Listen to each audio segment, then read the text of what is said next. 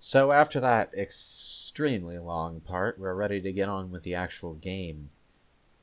And by that I mean the survival horror rather than running down hallways and shooting things with a machine gun.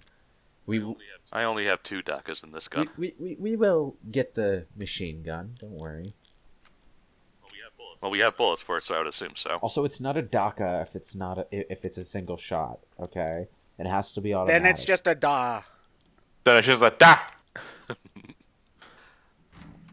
I'm pretty sure the Japanese can pronounce. It would be more like Spiegel Bangu. did, so. It would be more like bang. What does Spike say at the end of Cowboy Bebop in Japanese? Kapow. Kapow. Pow, right in the kisser. No, I'm imagining that scene, but with the Batman thing happening right after it. It's good to know the elevator's still broke. And then there's still enough electricity flowing through here to yeah, actually there's still cause sparks going through. What's powering this place? Hopes and dreams. Man, I don't have any of those. Anyway, we get this partially obscured file here. We'll get the complete file later on. But yeah, this is for the necrotoxin, which is necessary for killing Evelyn. So this part of the game is after falling off the boat with Ethan. With Ethan, okay. Yes. Right. Ethan is somewhere in the boat, don't worry. He's alive. We'll be switching to him in a little bit. But, I didn't think that they'd... that actually... I can't think of a game that kills the main protagonist and makes you play as someone different this late. Chrono Trigger? I mean, I was going to say, depending on how you play it, Chrono Trigger. You don't have to revive him. Yeah, that's optional. But the game also basically assumes that you do. Not really. Oh yeah, they goad you to doing it, but you don't have to. You don't have to. Yeah, but I'm just saying more of a in a required kind of thing. It doesn't actually assume that you do. You can the game can. Well, it's more that it wants you to do that. Is probably the better way to put that. Yeah, sort of. Well, but it's also kind of obscure how you pull it off. That's like Lewis is really dancing around. Not, You're wrong. It wasn't really that obscure because they direct you to what you need to do. It's like the first thing. People I guess you technically can go to one of the endings whenever you. So the only at reason that point, but... I had what I needed to do that is because I obsessively played all the carnival games at the start of the game until I had the best prizes. Well, here's the thing. I didn't, and so the game mentions the carnival if you don't have all the stuff, and it's just like, okay, if we get that, we can go save Chrono, and they make a relatively big deal about it. It's clear that they want you to do that, and if you don't do it, you're being kind of a dick, pretty much. Okay. I'm struggling to think of a game where they kill the protagonist. So 3/4 into the adventure, and you have somebody else the entire way through. Because, I know that having a prologue where you play as somebody different is relatively common, I would say. Final Fantasy XII does something like that. Metal Gear Solid 2. I'm sure we can name a couple of others, but you get the idea. So, killing someone... Kingdom Hearts as well. But... this late into the game, I can't. Technically, I recognize that nose.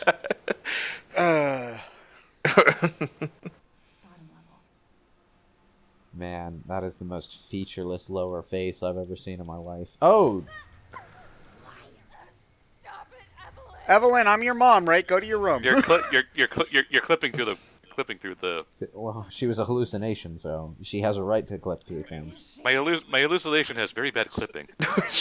Hallucinations have the right to clip. Well, yeah, through they're shit. incorporeal.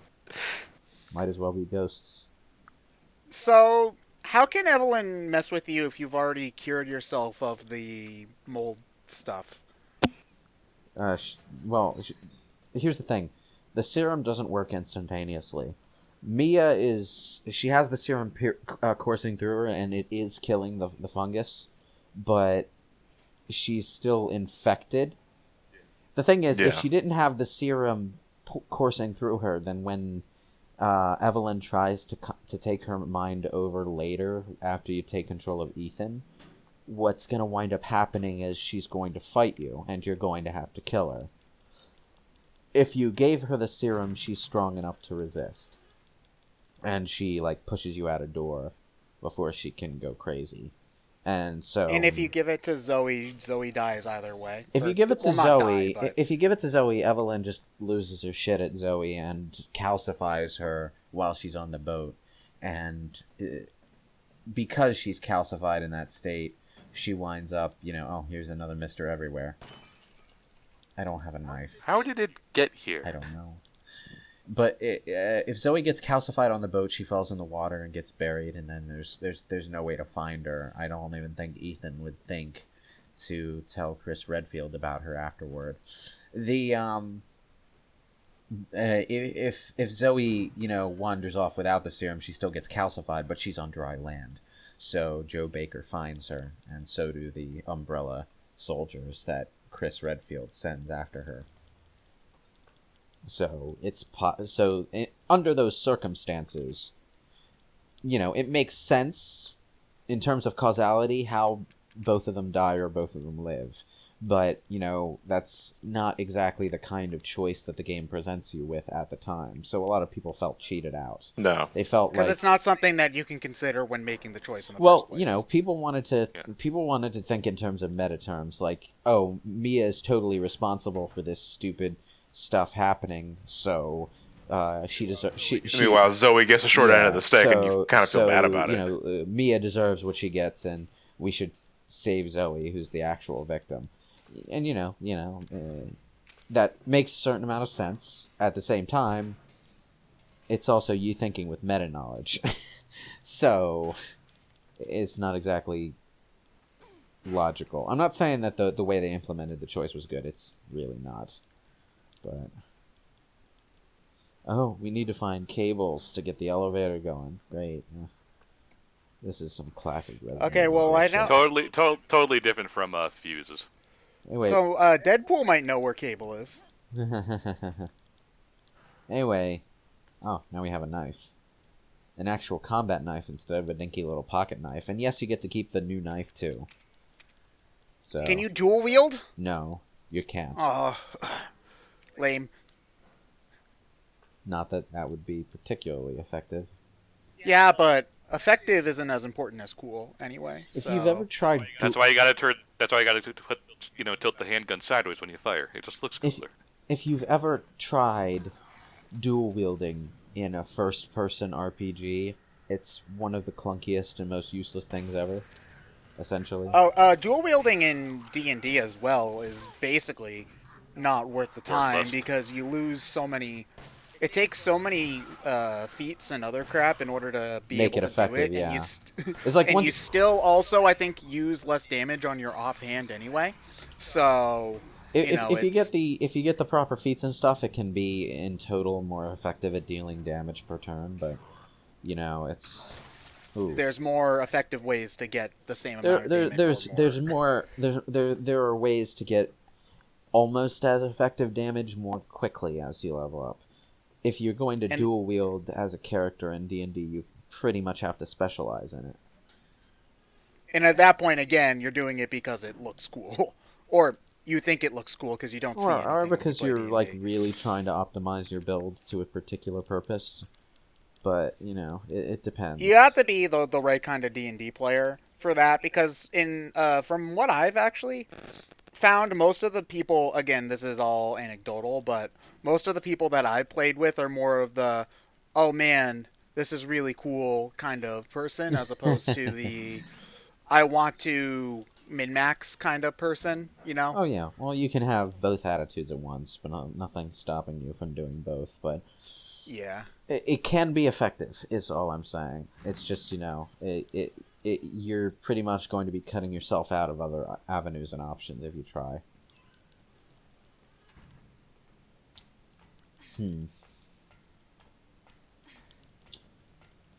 Let's see. Oh, here we go. This is why I was up here. There's a bunch of items, and I think another Mr. Everywhere. And a lockpick. Lockpicks are always nice. There you are, Mr. Everywhere.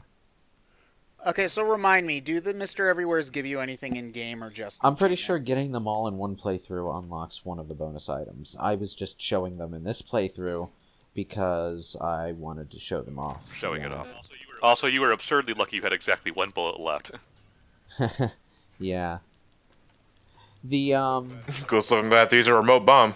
there is Hey, Mr. Everywhere, 1 bullet left. there is a Mr. Everywhere analog in the Resident Evil 2 remake, the Mr. Raccoon statues, but there are only 15 of them, and like the emblems in Resident Evil 6 and whatnot, they stay destroyed between playthroughs, so you don't need to get them all in one pass through the game. In fact, I don't think it's possible to get them all in one pass through the game, since some of them are in Leon-only sections and others are in Claire-only sections. So, yeah.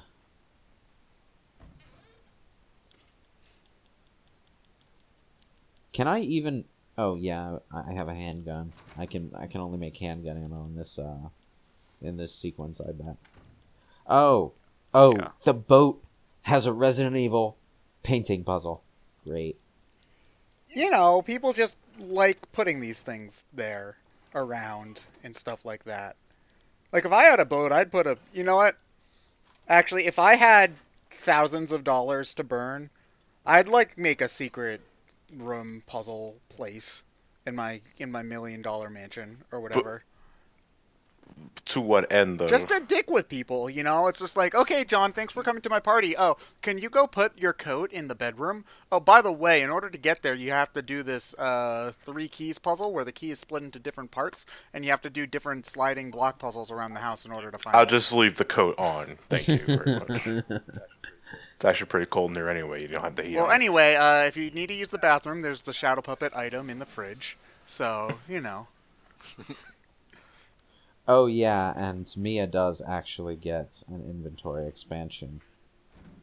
Does that carry over to Ethan? No, it's just an inventory expansion for her. Oh, a third backpack.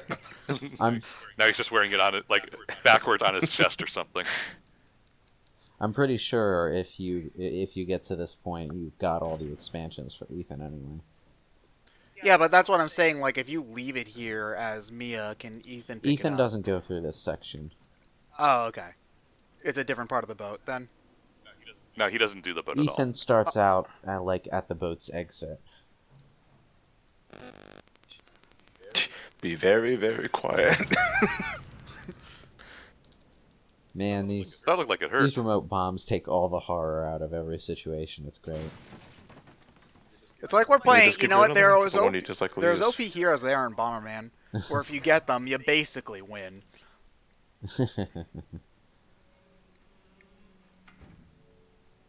Man, the save room theme is always the best part of any horror game.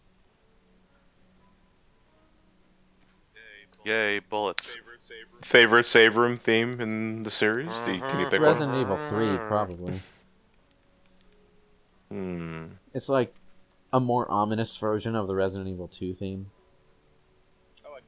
I like Code Veronica's the most. I don't have much nostalgic attachment to Code Veronica because I haven't finished it yet. I should. Code Veronica's stupid. Oh, okay, The you see, Ashford family. is this... Okay, John, is this generally stupid, or stupid even by Resident Evil standards? Even by Resident Evil Oh, wow. standards, the Code writing, Veronica Oh, was wow. the first. the That's- writing is Code dumb. Veronica was the first game where, you know, Japanese anime writing tropes sort of started to seep in hard. Okay, all right. Let me retract a bit of what I meant. The story is Resident The Evil. gameplay, the way you know gameplay it. design is But also. it has one of the worst written characters in the That's series. it. Oh, that's, who's it's called? The guy, right? Steve Burnside. Yeah. Steve Burnside. Well, he's not Yeah. terrible, but he also has the No, worst he's voice terrible. actor. So it all kind of compounds in on itself. And This voice actor sucks and he's a terrible character. Does he die? And that's our... yeah, he dies. Oh yeah, He also he becomes does. a really annoying boss enemy. He becomes the Jolly Green Giant. Is he the one that runs at you with the axe? I'm pretty sure. I I haven't think he does. reached that part in the game, but I've seen footage of it. Oh, you still got him. Bitch. Anyway, Yeah, now that we have enough corrosive acid to proceed, we can actually get through We this shall door. do so. I don't remember this door having a lock like this in the flashback. Yeesh. Maybe at some point when the ship ruptured, that lock fell onto that door and it just found a new home. Somehow. Going back for items. I think my inventory was too full, so I wanted to dump some stuff off. Yeah, that kind of happens. I don't think I'm Oh, gonna need wait, this I cheesecake. think I remember. Better put it in the I box. got the key for the captain's cabin, and there's a cabinet in there that you need the key to unlock, and I think it has the machine gun in it. So I was going back to get the machine Good. gun. We'll get DACA. The reason I want to get the machine gun before I go past that door is that you fight one of the big boomer guys, in the med bay, which is where our next plot item is. Now, if I remember correctly, there are enemies around here. Where are they? Damn it! Even when I remember where the enemies are, it's just like, oof. You don't remember where the enemies are. I don't remember where they spawn, or where I can go to avoid them, possibly. Okay. Made it. Good. Yes. Okay, so I have a question. What do you think is more like you guys were bringing up a possibility of a remake 3 at some point? Do you think? I think considering how well 2 is doing, I almost feel like that's almost a foregone conclusion at this point. Yeah, but okay. So my question is, do you think they do a Resident Evil 8 first, or do they do I'm that hoping- first? They would do an 8 Well, first. they probably would do an develop 8 them first. simultaneously, kind of like how they did 7 and Remake 2 at the same time. But, oh. So you have a remake team and just the main development team. Yeah, to that cover and both they're sides. both, like, built on the same engine with the same technology and all that. So it's kind of... Yeah, I think now with the remake 2, I think I am not sure about Code Veronica, but I know at this point Resident Evil 3 is at least one of only 2 potentially with Veronica games not built on the RE engine at some level. Is Resident Evil 4 on this engine? On that end, just an old version of it? No. No. But it has been used for like more recent versions of 4, Oh, okay. just so it can run on like PC and stuff. Oh, Okay. as a basis, right. The, I don't know what engine their PS2 GameCube era games were on. I know... I think it was Havoc, wasn't it? That's a physics engine. That's not a game engine. Just the. Development is weird. Yes. Because I ask because, well, for one, I'm wondering what they would try to go for style-wise with within RE8, whether or not they'd go with a first person or a third person. But also, like, I think eventually first they. person it's going to be purely I this think- game sort of thing. I think this is probably going to be the only first person one. And it's worth doing it at least once because this was actually a concept for the original Resident Evil first person. Before they switched to doing it Alone in the Dark style because the graphics weren't quite there for it at the time, Yeah. Okay, because then I'm also wondering, like, when do they stop doing remakes is the thing, because I feel like, Well, there's only if you really, remade Resident Evil 4, that would be a big deal, there's, but... there's only really You kind of don't need to remake Resident Evil 4 as a thing. there's only really 2 games left that need any sort of remake. I mean, Resident Evil 4 is a bit jank because it's still using tank controls, but that's the only shortfall it has, and it doesn't really stop people from enjoying it. It would be a waste of a remake. Yeah. 3 and Veronica are kind of the only ones left. 3 and Veronica are the only ones left, and a remake of 3 would be great, but let's face facts. Code Veronica needs a remake rather badly. At the same time, though, a remake of 3 probably wouldn't take nearly as long, considering that game also takes place in Raccoon City. And part of Also, Yeah, you not have a lot of the stuff already. not to mention, people wouldn't get excited about a Code Veronica remake like they would the other reason Resident that Evil 1 or the other 2 reason that or they'll whatever. probably remake the other reason that they'll probably remake 3 relatively soon though is because part of the Raccoon City area in the beginning of Resident Evil 3 was the police station. You went through the same police station from 2 again. So if they're going to remake it, they're probably going to remake it while they have those assets already ready. Yeah. Yeah.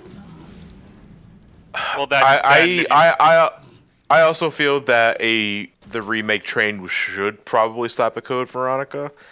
That said, I wouldn't be against a 4 remake. Maybe 10 years from now. I mean, the weird thing is that I feel like there's value in remaking all these N64 PS1 games because, very janky controls. We didn't know 3D space very well. 4 still holds up really well as a game. You don't really need to change much about it, so. If it never gets a remake, I'm perfectly fine with that. At the same time, well, I mean, just to update the graphics, sure, but yeah, it's one of those. It's hard for me mentally to kind of justify remaking those PS2, GameCube era games because they still, if they're good games, they still hold up very well. Mm-hmm. Some old graphics aside. Whereas even old good games from the N64, PS1 era could still use a lot of tweaking. Although I'll tell you what, I can imagine Resident Evil 3 remade with all this serious business stuff going on, but Code Veronica is going to be a trip.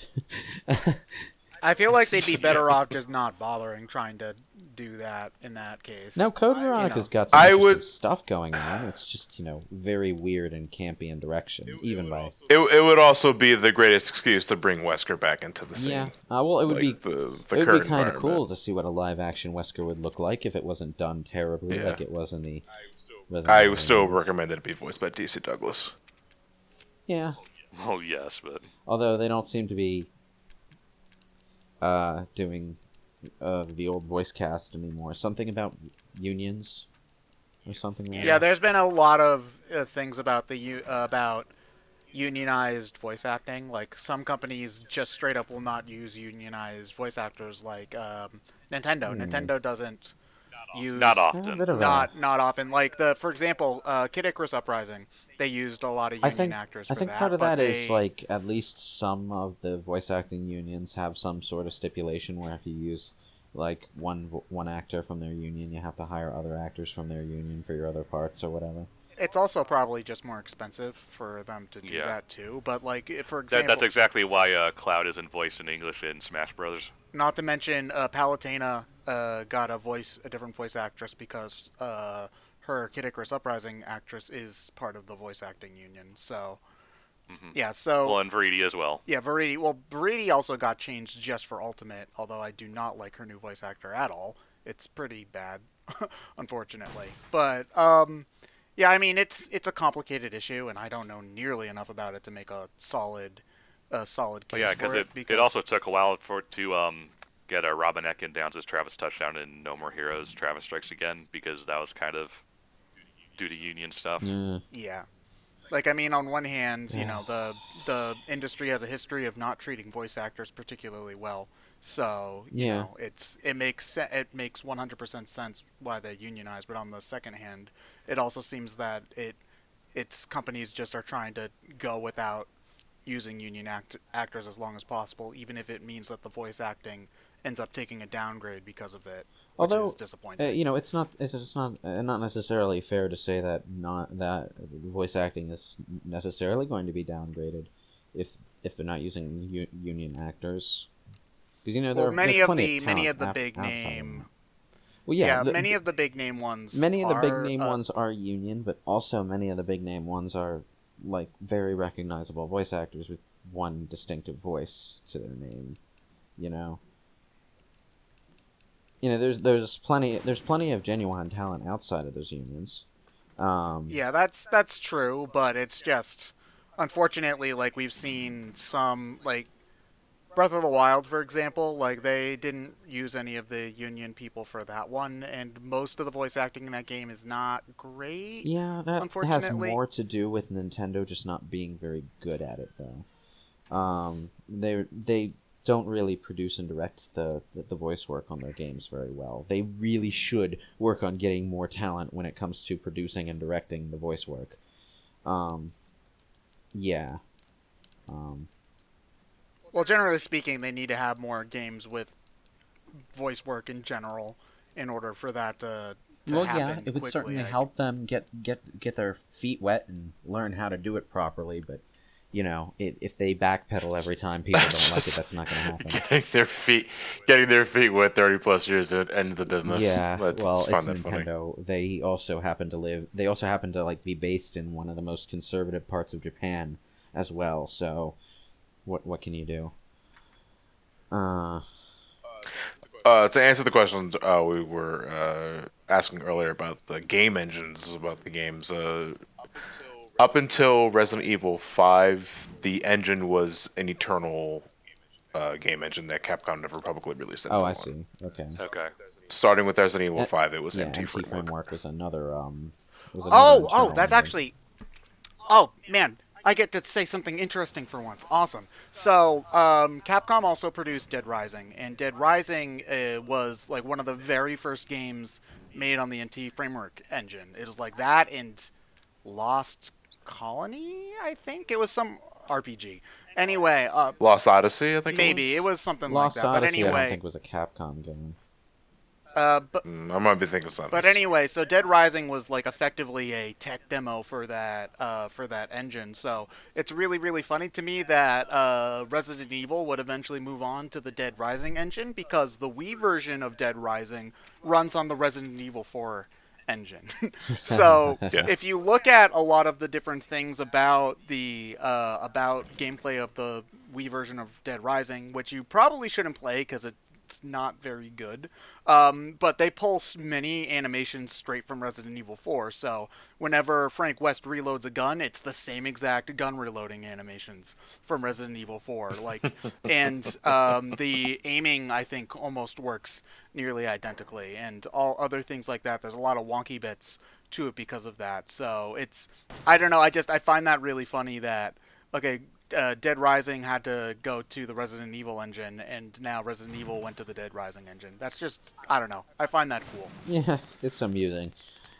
When you mentioned it was reusing animations from Resident Evil 4, I cracked a smile for a second because as someone who was playing quite a lot of Resident Evil around that time, I definitely noticed it when like literally every animation from every Resident Evil game was shared in every single other Resident Evil game. They were not putting much work into their animations at the time. There were like 2 idle stances between all of the games. There was one where the character was pointing the gun up, and one where they were pointing it down. And it was like the only reason that they had 2 was because they probably didn't want Jill and Chris or Rebecca and Billy to have the same animation. But in Resident Evil 4, they used the same 2 animations. The gun pointed up for Leon, the gun pointed down for Ada.